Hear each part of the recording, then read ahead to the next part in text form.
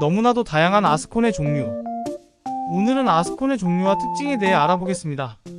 아스콘은 아스팔트 콘크리트의 줄임말로 도로 포장이나 주차장 등에 사용되는 건설 재료입니다. 아스콘은 다양한 종류와 특징이 있으며 사용 목적에 따라 적절한 종류를 선택해야 합니다. 1. 최대 골재 크기. 아스콘을 분류하는 가장 중요한 요소는 최대 골재 크기입니다. 최대 골재 크기에 따라 78 아스콘, 67 아스콘, 467 아스콘 등으로 구분됩니다. 여기서 숫자는 도로층을 의미하며 78은 표층, 67은 중간층, 467은 기층을 의미합니다. 도로는 이와 같은 구조로 나뉘어집니다. 각 층마다 같은 품질을 사용하기엔 역할도 다르고 경제적으로 비효율적이기 때문에 최대 골재 크기라는 기준에 따라 품질을 분류했다고 보시면 됩니다. 가장 중요한 역할을 담당하는 최상단의 표층은 최대 골재 크기가 13mm로 가장 작고, 중간에 위치한 중간층은 20mm, 비교적 높은 품질을 요구하지 않는 기층은 최대 골재 크기가 40mm로 가장 크죠. 2. 물처리 방법. 아스콘은 표면에 물을 처리하는 방법에 따라 일반 아스콘, 투수 아스콘, 배수 아스콘으로 구분됩니다. 이 물 처리하는 방법의 가장 중요한 요소는 공극입니다.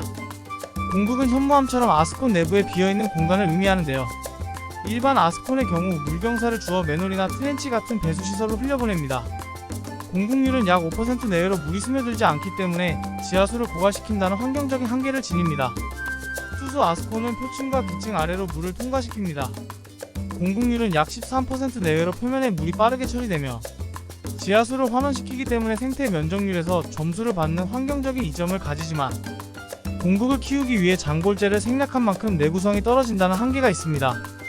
배수 아스콘은 표층에서 물을 통과시키고 기층은 물이 통과되지 않는 구조로 한 포장입니다. 공극률은 약 20% 내외로 표면에 물이 굉장히 빠르게 처리되기 때문에 주행 안정성을 개선하지만 내구성이 약해 현재는 사용이 축소된 상태입니다. 3. 색상. 아스콘의 색상은 일반적으로 검은색이지만 칼라 아스콘은 말 그대로 색을 입힌 아스콘입니다. 아스팔트 자체의 검은색 때문에 밝게 하는 것은 쉽지 않은데요. 어두운 톤과 밝은 톤으로 분류되며 적색, 황색, 청색, 녹색 등의 색상이 있으며 시인성을 높이거나 미관을 위해 사용됩니다. 초기에는 버스 전용차로 자전거 도로에서 많이 쓰였으나 일반 아스콘에 비해 내구성이 많이 떨어져 점점 축소되는 상황입니다. 4. 첨가제. 일반 아스콘의 계질재를 첨가한 것을 계질 아스콘이라고 합니다. 일반 아스콘에서 발생되는 소성 변형이나 균열 등을 방지하여 더욱 안전한 도로 환경을 도모하기 위함인데요. 계질 아스콘이라고 하여 국한적인 표현이 아닌 투수 아스콘의 계질재가 첨가되면 계질 투수 아스콘, 칼라 아스콘의 계질재가 첨가되면 칼라 계질 아스콘 등으로 불리게 됩니다. 투수 아스콘이나 칼라 아스콘 모두 내구성이 떨어지기 때문에 계질재를 첨가하면 성능적으로 많은 보완을 이룰 수 있습니다. 계질재의 종류는 다양하며 합성 고무 계열의 SBS가 가장 보편적으로 사용됩니다. 5. 특수성. SMA 아스콘은 소성 변형에 취약한 일반 아스콘을 보완하기 위해 고안된 특수 아스콘입니다. 아스팔트의 골재를 결합시키는 역할을 줄이는 대신 골재의 맞물림 특성을 최대화하였으며, 아스팔트는 가능한 많이 함유하게 하여 코팅 두께를 증가시킨 것이죠. 일반 아스콘에 비해 상당히 고가인 만큼 높은 내구성을 자랑하기 때문에 배수성 포장에 적용되기도 합니다.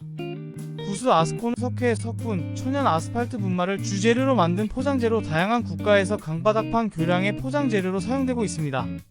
이 구스 아스콘의 특이한 점은 일반 아스콘을 롤러로 다짐하는 것과 달리 쿠커라는 장비를 사용하여 220에서 260도로 가열하고 반죽 그대로 포설합니다. 고온에 대한 안정성이 뛰어나고 내유동성과 내마모성이 우수하며 일반 아스콘보다 수명이 훨씬 길다고 알려져 있습니다. 지금까지 아스콘의 종류와 특징에 대해 알아보았습니다. 아스콘은 다양한 종류와 특징이 있으며 사용 목적에 따라 적절한 종류를 선택하는 것이 중요합니다. 오늘의 영상은 여기까지입니다. 시청해주셔서 감사합니다.